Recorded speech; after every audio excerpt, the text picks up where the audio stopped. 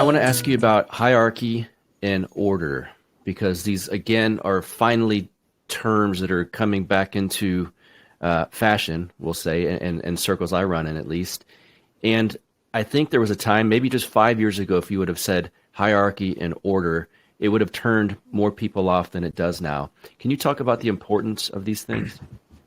Yeah, hierarchy and order are kind of the most, I would say, the most visceral of these things, in the sense that a lot of the way a society is set up can have significant variation without it being terrible. I mean, we have too much variation, that's why it's terrible, of too much variation from what's organic and reality-based. But hierarchy and order flowing from a hierarchy that is the hierarchy establishing the order, are simply the way that all higher organic life is organized. And to deny that is just silly. You can't run a society where there is not a hierarchy.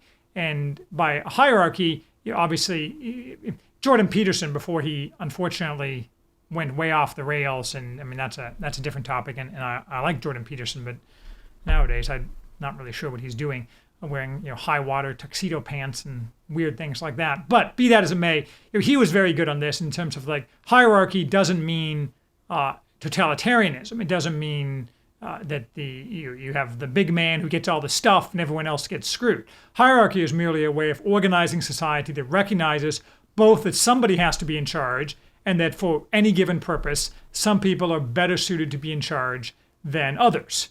And that differs depending on the context. I mean, the person who's best in charge of, say, a military unit is not necessarily the best guy to be in charge of a group of doctors or something like that. I mean, every subunit of society is different. So it's important not to mistake this for a claim that we should have a Mussolini and everyone else should obey the maximum leader. I mean, everyone should obey me, the maximum leader, but that's a different story.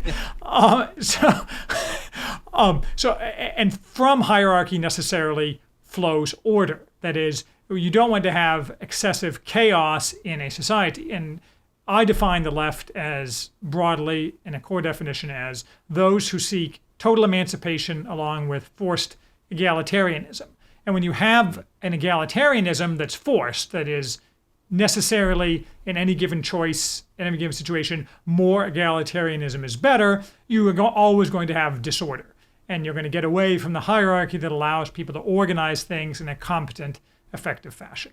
So in a way, hierarchy and order are baked into the human cake. That's just the way it is. I mean, people are designed this way, and if you deny that, you're striking, in the same way if you deny the difference between men and women, you're striking at the root of what makes us human, which necessarily means that anything you build upon the foundation is not going to work out. And I would argue that, or I do argue, that that's in large part why we are where we are today.